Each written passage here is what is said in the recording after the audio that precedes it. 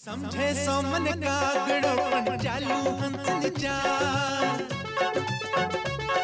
अरे समझे सो मन कागड़ो पण चालू हंस चाल पण कुंवारी कन्या जे मर छोकराओ बेहाल लोग कहे मन करोड़पति लोग कहे मन करोड़पति पर हूँ तो फोकटलाल पर हूँ तो फोकटलाल हूँ करोड़पति फोकटलाल हूँ करोड़पति फोकटलाल हूँ करोड़पति फोकटलाल।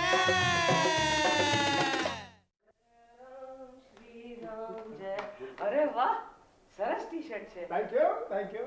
ક્યાંથી લીધું? ચોર બજારમાંથી? આલિશાન ડિપાર્ટમેન્ટ સ્ટોરમાંથી. ઓહો, 25 રૂપિયાનું આવ્યું હશે. લગભગ એટલે કે પાછળ ફક્ત એક મીંડું લગાવી દો બસ. અચ્છા, 2800 રૂપિયાનું? તો તું 2800 રૂપિયા ક્યાંથી લઈ આવ્યો? લોટરી લાગી. લોટરી? 10 લગાડ્યા 250 મળ્યા. એ બાપ, આ ધંધો છે ને સર્વે ધંધામાં શ્રેષ્ઠ છે.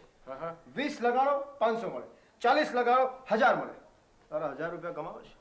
તું મને એ કે તું લોટરીની વાત કરે છે કે મટકાના જુગારની? લોટરીની બાપ, લોટરીની. તમે જેટલી વધુ ટિકિટ લો ને એટલા તમને ચાન્સ વધુ મળે. તમારે 10,000 લગાડીને લાખ કમાવો છે. હરામખોર, પહેલા તું મને એ કે તું લોટરીના 10 રૂપિયા ક્યાંથી લઈ આવ્યો? હવે મેં વ્યાજે લીધા, સેકડે ફક્ત 20%. 20% વ્યાજ? હે ભગવાન! ધીરનારાઓને કોઈ કહેવું જોઈએ કે 20% વ્યાજે પૈસા આપવાના બદલે ગરીબોના માથે બંદૂક મૂકીને પૈસા લૂંટી લેતા હોય તો? જા હું નથી માનતો તને કોઈ 20% વ્યાજે પૈસા આપે. એ બાપ, તમારી સામે કે ખોટું બોલાય? તારું મોઢું જોઈને તને કોઈ એક ફદ્યું પણ ના આપે. હા એ ખરું, પણ એ માટે મારે ટેરેલિનનું પેન્ટ ગીરવે મૂકવું પડ્યું હતું. ટેરેલિનનું પેન્ટ? હા. તને શરમ ના આવી ભર બજારમાં બાટલું નું તારતા? ના આવી, કારણ કે મેં તમારું જૂનું પેન્ટ ગીરવે મૂક્યું હતું. તમે જે લગ્નને દિવસે પહેર્યું હતું ને એ. ખબરદાર મારી ચીજ વસ્તુને હાથ લગાડ્યો છે તો. અરે બાપ, તમે શું જોક કરો છો? એ પેન્ટ હવે તમારે શું કામમાં હતું? કેમ આ ઘરમાં ક્યારેય બેન્ડ વાજા નહીં વાગે? લક્ષ્મીના લગ્ન તો શક્ય નથી. કેમ? આપવો પડે ને દહેજ. જો સરકારે છે ને દરેક શહેરમાં દરેક ગામડામાં મોટા બોર્ડો લગાડ્યા છે કે દહેજ દેવો એક ગુનો છે અને એક સભાન નાગરિક તરીકે સરકારની મદદ કરવી એ મારી ફરજ છે. ચાલો, એટલે લક્ષ્મીએ તો નાઈ નાખવાનું. રહી મારા લગ્નની વાત, પણ સરકારે એમ પણ કહ્યું છે કે દહેજ લેવો એ પણ અપરાધ છે. અર્થાત 1 લાખ રૂપિયા તમારે તિજોરીમાં જ્યાં સુધી ના આવે ત્યાં સુધી 1000 ખર્ચ કરવાનું પણ તમે ટાળશો. સાદાઈથી લગ્ન ન થાય, સીધા સાદા સરસ મજાના લગ્ન ન થાય. સાદાઈથી લગ્ન ન થાય? સાદાઈ એટલે તમે મંત્રોચ્ચાર કરશો ને અમે લાઇટરની સાક્ષીએ 7 ફેરા લઈશું. લાઇટરની સાક્ષી એટલે લાખો રૂપિયા મંડપ પાછળ, પેલા જમણવારમાં, પેલા જાનૈયાઓને 5 સ્ટારમાં ઉતારવામાં તમારી ઇજ્જત વધે, તમારી આબરૂ વધે. કેમ? હા એ તો ખરું, પણ બાપુજી એમાં એવું છે ને કે જો મારા લગ્ન થાય તો વહુ ઘરમાં આવે, અને વહુ ઘરમાં આવે તો એનો ખાવા પીવાનો અને બીજો બધો પણ ખર્ચો વધે ને. એટલે તમારી ભલાઈ વિચારી અને મેં મારા લગ્ન ટાળવાનું નક્કી કર્યું છે. હરામખોર, તું શું તારો બાપ લગ્ન કરશે સમજો? એ બહુ ક્યાં વાત હે, ઘોડે ચડી જાઓ તમે. કરું કહું છું, તમારું પેલું પેન્ટ છે ને હજુ નવા જેવું જ છે. હા, એ પેન્ટ પહેરી હાથમાં તલવાર લઈ તમે જ્યારે ઘોડે સવાર થશો ત્યારે લોકોના ડોળા ફાટી જશે. ફાટી ખરેખર? હા. હવે બાપુ, એ બાપ, તમે જો રજા આપતા હો તો ડોક્ટર પાસે જઈએ. જીવતો પાછો આવજે. આવું છું સંયુક્ત, આવું જ.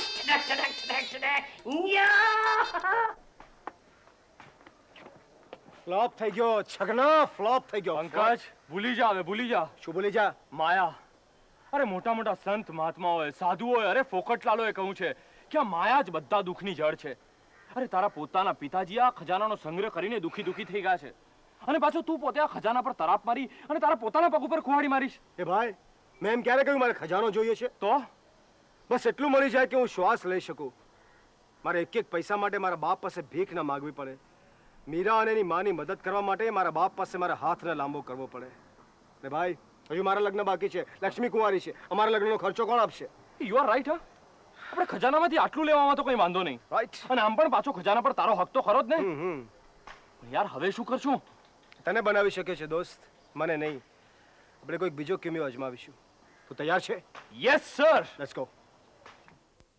2500 હીરાલાલ લક્ષ્મીદાસ અંબાદાસ લો, 300 શેઠ અહીંયા બેઠા છે. અરે યાર, તને શોધવા માટે આ બંગલાના 20 ઓરડામાં હું ફરી વળ્યો. એના કરતા ગુંદર લગાડીને એક જ જગ્યાએ ચીટકીને બેઠો રહેતો હોય તો. હું સમજુ છું સાહેબ, તમે થાકી ગયા હશો, પણ એનો ઉપાય છે મારી પાસે સાહેબ. હે? હા? શું છે? તમે એક કામ કરો સાહેબ, તમે નાનકડી સીટી ખરીદી લો. સિટી? જ્યારે મારી જરૂર પડે ત્યારે સીટી વગાડવાની, જ્યાં હોઈશ ત્યાંથી ચોપડો લઈને તમારી પાસે હાજર થઈ જઈશ. Good idea, good idea. એ સિટી કેટલાની આવે? 12 રૂપિયાની સાહેબ. 12 રૂપિયા. 12 રૂપિયા? અરે હોય કઈ, હું તો જાતે સિટી મારતા શીખી જઈશ. નહીં, આ સંભળાતા નહીં, તને ખબર છે, હું નાનો હતો ને ત્યારે સ્કાઉટ્સમાં હતો, એમ? અને ત્યારે મેં 1.5 પૈસાની એક સીટી લીધેલી. 1.5 પૈસાની?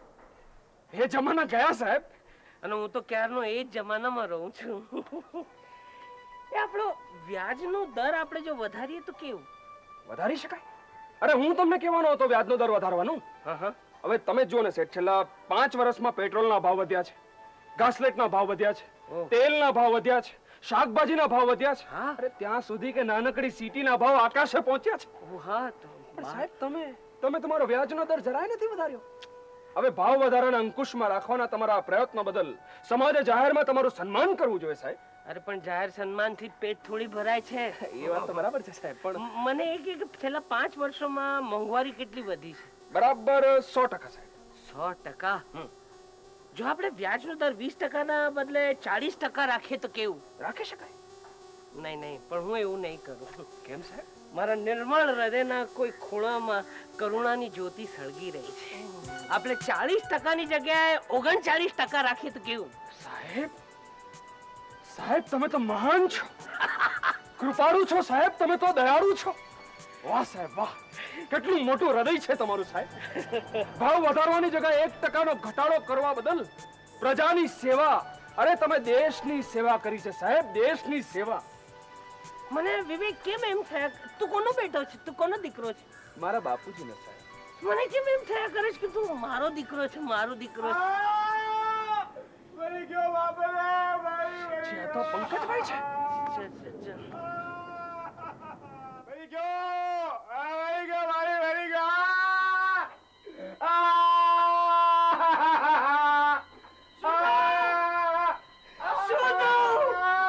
મારા કાળજાના કટકાને મરી ગયો, નજર લાગી ગઈ મારા રૂપાળાને. મરી ગયો. કઈ તો બોલ બેટા, કઈ તો બોલ. એ કઈ નહીં બોલે. તો તું કઈ બોલ. પણ નહીં બોલે. આ કોણ બોલ્યો? બાબુ પંકજભાઈ, શું થયું બેટા? શું થયું? શું થયું? લાગે છે મારા કર્મની કઠણાઈ મારે જાહેર કરવી પડશે. કોના પાપની સજા હું ભોગવી રહ્યો છું કોણ જાણે. બાપ, વાહ બેટા, બોલ્યું ચાલું માફ કરજો. બોલ્યું ચાલું? કામ બોલે બેટા, કામ બોલે. ડોક્ટર જણાવી દીધું છે શું? ગોદાન કરી નાખો. ગોદાન? મને કેન્સર છે. કેન્સર છે. કેન્સર છે. અરે બાપ, તમે મારા ઈલાજ પર એક પૈસો ખર્ચવાના નથી. ખર્ચવાના? અરે બોલું ચાલુ માફ કરજો. મુझे કે રામ બોલો ભાઈ, રામ બોલો. એ બેટા આવજે. અરે પંકજભાઈ, આવી ગાંડી ખેલી વાત ન કરો. અરે આખરે તો આ શેઠ પોપટલાલ તમારા પિતાશ્રી છે ને. અરે આવે ટાણે તમારી પડખે નહીં ઉભા રહે તો પછી ક્યારે ઉભા રહેશે? હા જો બેટા, હું તારી પડખે ઊભો છું. જો કલાક પછી સ્મશાનમાં મોઢું લટકાવીને આમ જ ઉભા રહેજો. કેવા બોલે છે બેટા? જવા ટાણે બાપાને આવા મેળા ન મરે બેટા. જો શેઠજી, દીકરો નાદાન છે. અરે મરવા પડ્યો છે એટલે ઘેનમાં લવારો કરે છે. ગેનમાં તું અને ગેનમાં તારો બાપ. મને ખાતરી છે આ માણસો મરી જઈશ ને ત્યારે મને સ્મશાનમાં બાળવા માટે લાકડા પણ નહીં ખરીદે. સૂકા પાંદડા ભેગા કરીને આગ ચાપી દેશે. તો બધા એવું જ કરતા હશે બેટા. તમે જાઓ બાપા, તમારો પ્રાણ નહીં છૂટે. દીકરાના બોલ્યાનું માથું ન લગાડતા. અરે કેન્સરમાં આવું જ થાય. દીકરો બાપને ન કહેવાનું કે પૂત કપૂત થાય પણ વડીલથી કઈ કવડીલ થવાય. બરાબર છે બેટા. અરે આ છટકેલ આજે કેમ આટલી બધી ડાઈ ડાઈ વાતો કરી રહ્યો છે? બેટા ડોક્ટરે આના ઈલાજ માટે કેટલો ખર્ચો કર્યો છે? જો ઘરમાં ઈલાજ કરાવશો તો 10,000 ને હોસ્પિટલમાં દાખલ કરશો તો 20,000. વધારે બોલ, વધારે બોલ. તું કઈ બોલે બેટા? હું કઈ નથી બોલ્યો. આપણે શું કરવું છે તું મને એ તો કે બેટા. મારા હિસાબે શેઠજી આપણે આમનો ઈલાજ આપણા ઘરમાં જ કરીએ. આપણે એનું ધ્યાન તો રાખી શકીએ ને. બરાબર છે. આનો ઈલાજ ઘરમાં જ થશે.